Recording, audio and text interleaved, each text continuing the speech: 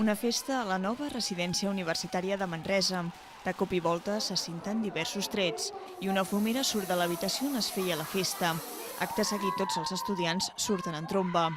Els serveis d'emergència comencen a arribar després que algú hagi donat l'alarma. El panorama que troben els equips d'emergència és desolador i desconcertant. Saben que hi ha hagut un tiroteig i ara toca atendre els ferits, dels quals n'hi ha un nombre elevat. Aquest ha estat el punt de partida del simulacre que aquest dissabte es va fer a la residència universitària de Manresa. Hi va participar la policia local de la ciutat, el Servei d'Emergències Mèdiques, Protecció Civil i la Creu Roja. I a diferència d'anys anteriors i a causa de les retallades, no ho van fer ni Mossos d'Esquadra ni bombers. El simulacre, però, havia de servir per avaluar els 40 alumnes del màster en emergències extrahospitalàries i els 15 del curs d'accidents de múltiples víctimes i catàstrofes que s'imparteixen al centre universitari. En el simulacre han participat a més un centenar de voluntaris que han fet de víctimes.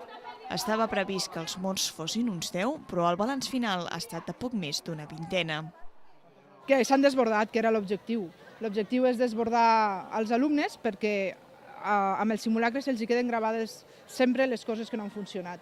De forma que en la realitat, si això passa, segur que se'n recorden i ho gestionen millor en una situació real, que és del que es tracta. Precisament, si surt bé, algú ha fallat. Lo normal en aquest tipus d'exercici, el fem professionals de l'emergència o el facin alumnes del curs, és que no surti bé. I l'objectiu principal és aquest. I després fem un debriefing, fem una reunió, posem els punts en comú. L'escenari ha reunit víctimes de tot tipus i els alumnes han hagut de fer un triatge entre els pacients greus, els intermitjos i els lleus. I, a més, gestionar els afectats psicològicament.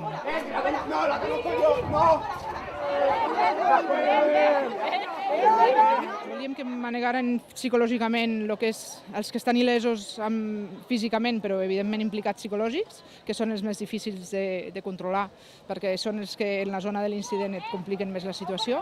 Els entretenen, perquè lògicament fan la seva funció, fan el seu paper. A més, tenim gent que ho fa cada any i ho fa molt, molt bé, i no s'ho esperen els alumnes.